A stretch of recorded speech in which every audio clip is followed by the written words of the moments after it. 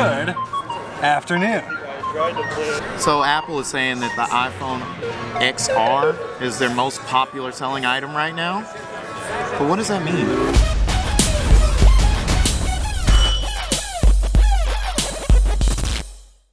According to one of the articles that I saw on Flipboard earlier today, it seems as though Apple knows that they're in trouble because their shares are down, what, 20%? 25.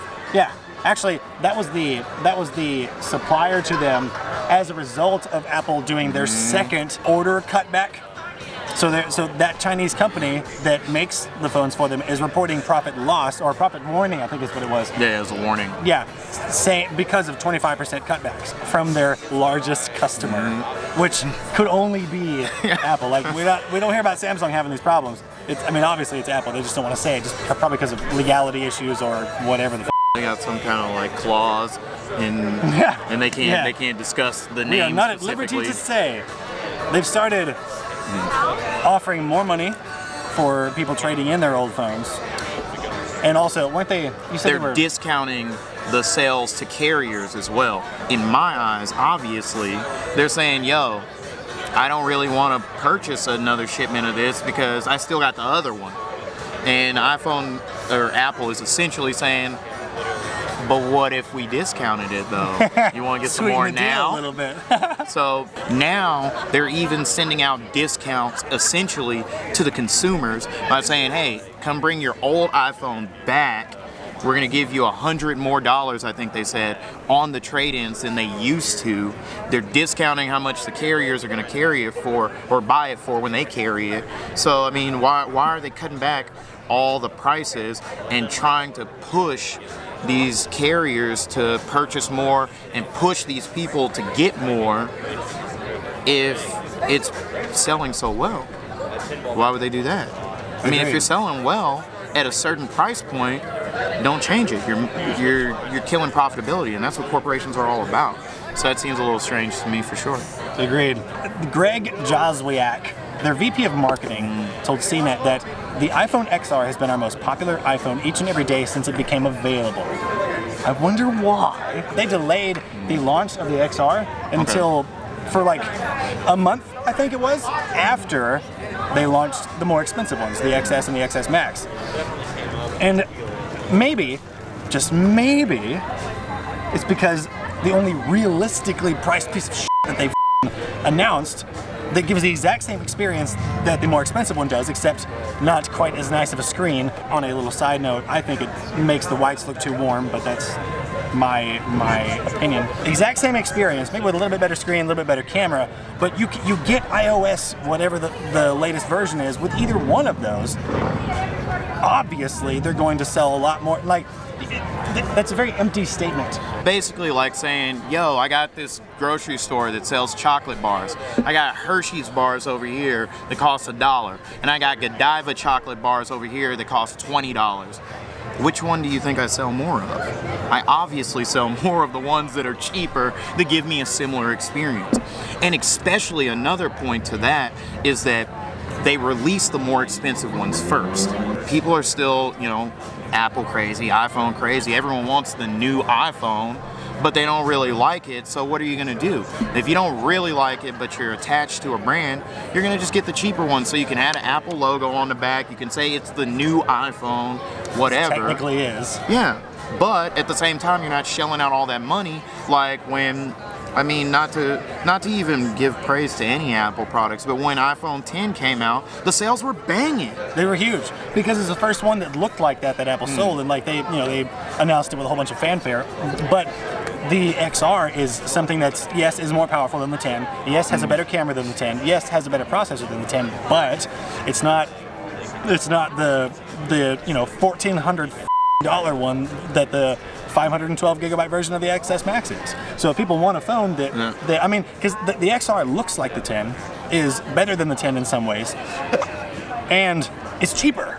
So duh, they're gonna sell more of those than they did with the ones that people, according to the numbers, can't justify or won't justify shelling out that much, that ridiculous amount of money for when they can get the same experience in a package that's In some cases, literally half as much. On the surface, it makes it sound like the XR is doing really well. Like what the VP of marketing, I think it was, the way he worded it, it's another classic example of Apple hiding behind a bunch of fluffy market words, making things sound awesome. Excuse me.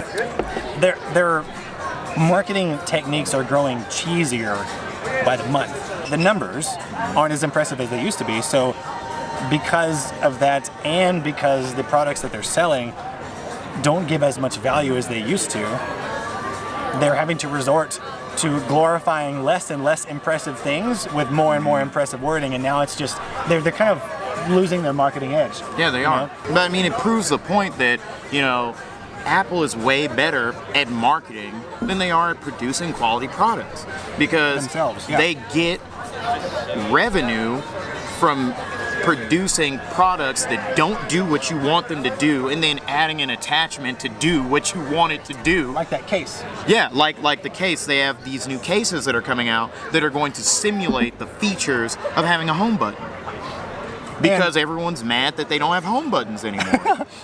This one, for example, this phone, the Note 8 does not have a home button. So in order to make a case that simulates a home button on this one, you would have to make it that much longer so you could put a button down here instead of, because if you put it right here, then that's going to cut off screen real estate, and I can't imagine that doing very well, because the whole point of zero bezel displays is so people can have as much screen on the front of the phone as possible. So if you were to make a case that gives that home button back in a third-party kind of way, then you would have to make it kind of like pooch out down here and make the phone even longer. And when they were talking about, those analysts, they were talking about, well, it may look like Apple has something to hide by choosing not to report the sales numbers of the iPhones anymore, which is something they have never done with anything in the past, which is, and I'll take that in itself as a strong indicator of them losing traction, because, they're struggling. Exactly. They said that it's really not that, it doesn't necessarily mean that, because they're still reporting the revenue of those iPhones, but then they go into this thing about,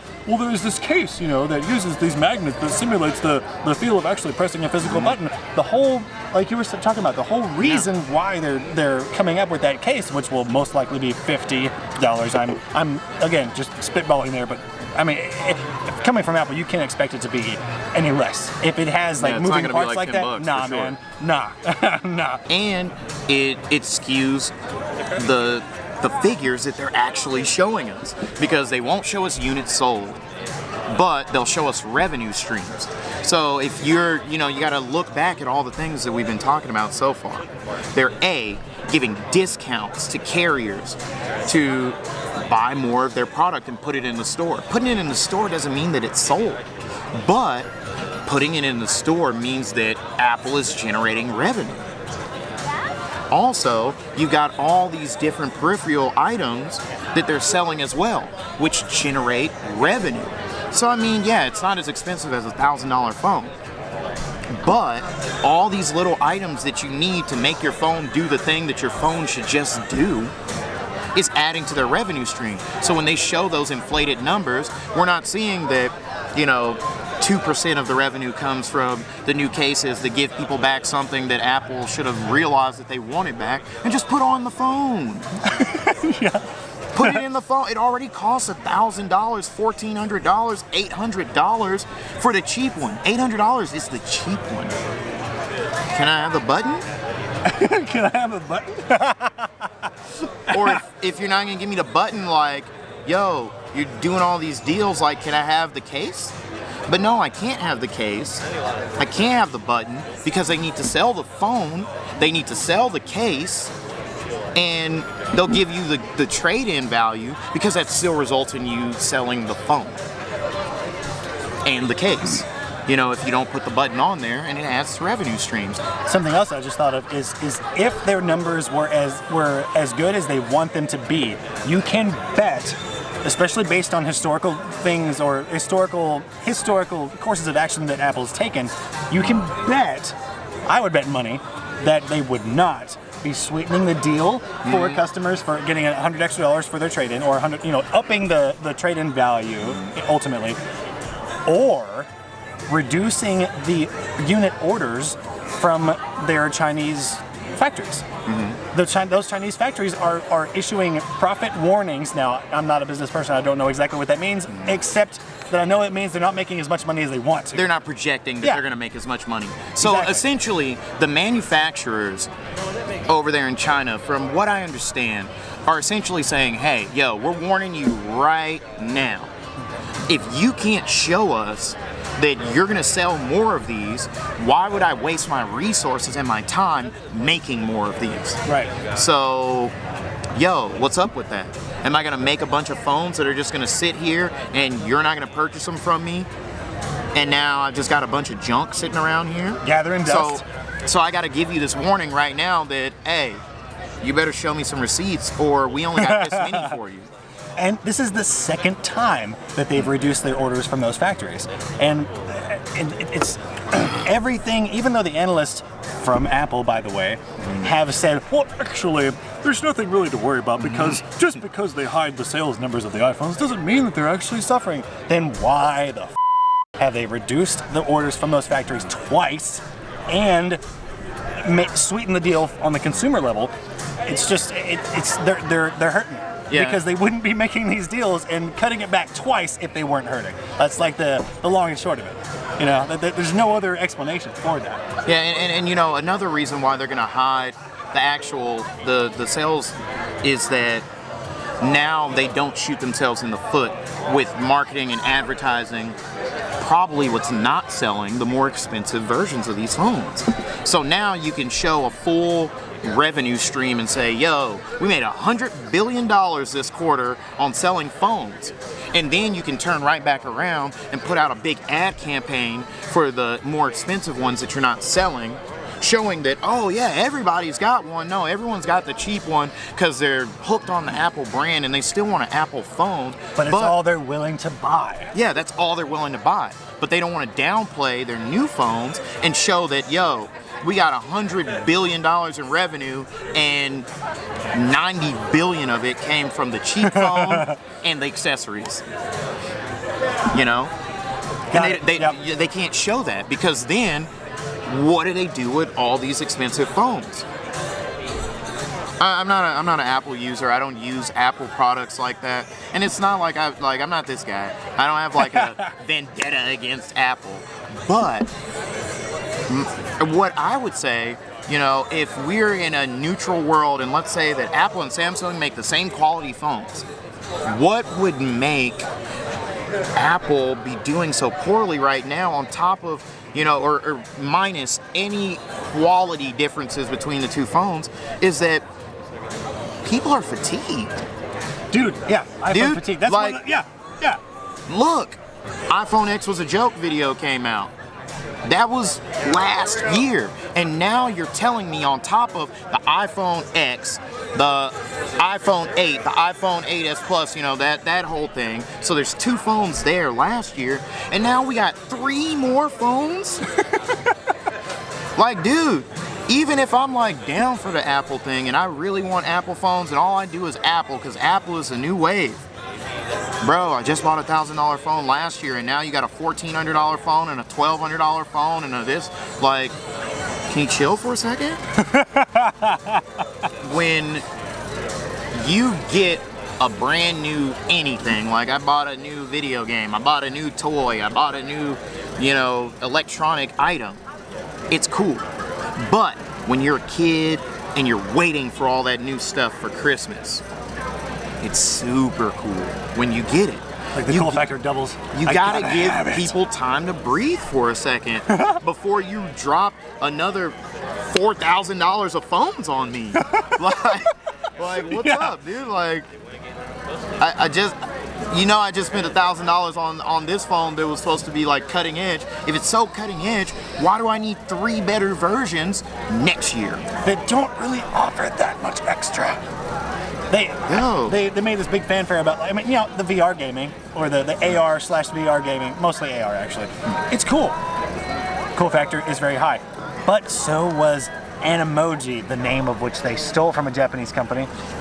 So was Animoji. But how long do people use it? That was like the big thing that the 10 brought last year. but it kind of went the same way as 3D Touch. You know, like the pressure sensitive. Now, the application of 3D Touch was cool, but it didn't.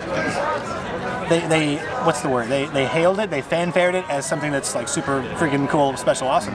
But it just didn't land and stay landed as much as iMessage. You know, like some of their core features still, and which again, you get the same version. Yeah, and you know, and it's all about innovation. Like, you know, a cool thing about FaceTime and iMessage and all that kind of stuff. You know, one cool thing about it is all you need is Wi-Fi service to get it cranking. So like, or cellular data. I mean, and that's cool. Yeah. It's a thing though. It's actually a thing. It's very much that is in some way useful.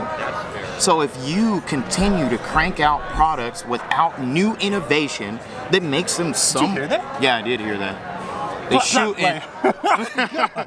But yeah, if you don't create a product that has some kind of innovation that makes it somewhat useful, and it's like, yo, I want this one because it does something that is impactful that this one does not. You just can't hit me with $3,000, $4,000 worth of phones next year. Like, I mean, it's like video games. You got a PlayStation 3 come out. It's like 8 years before PlayStation 4 comes out. 9 years before PlayStation 4 comes out, because PlayStation 3 is actually an innovative product and it's better than a PlayStation 2, and it has functionality that lasts for a certain amount of time, because it's like, no, this is the best thing on the market, you're going to want to use this.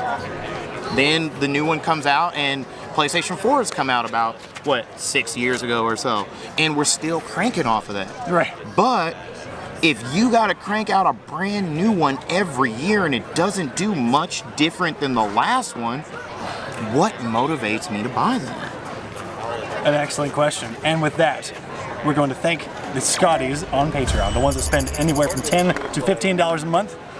And those are Stuart Glover, Kyler, Spidget, Robert Bitter, Jatinder Lal, Anthony Jackson, Eric Price, Stephen Nichols, Nick Hawks, Sin O, Unit Omega, and Christopher Caswell.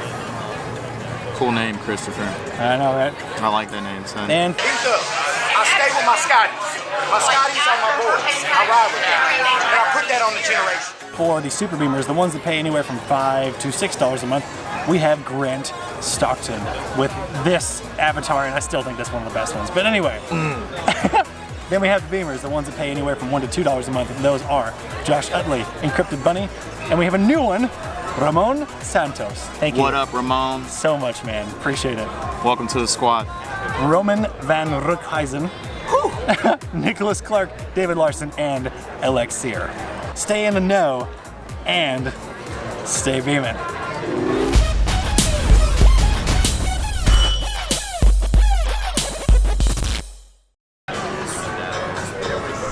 So, Okay. oh. Well, we're rolling right now, but like, you know, of course we can kind of chop it up. Yeah, we can chop it up. And, Yeah. But are you going to do your thing first? Yeah. Alright, then do it. Awesome. Then after that, the intro will come in, and then... Yeah. Right. Wait, hold on, I need to pull up my notes. There we go.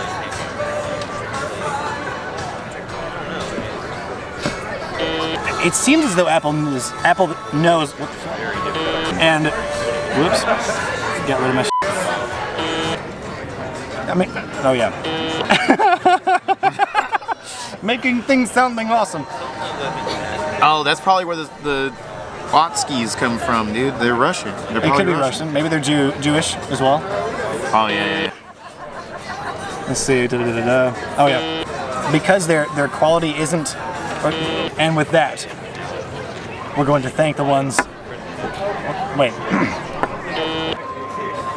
You know what's going on out here, dude. Like, stay in the know. Yeah. Right. Okay. Cool. Yeah.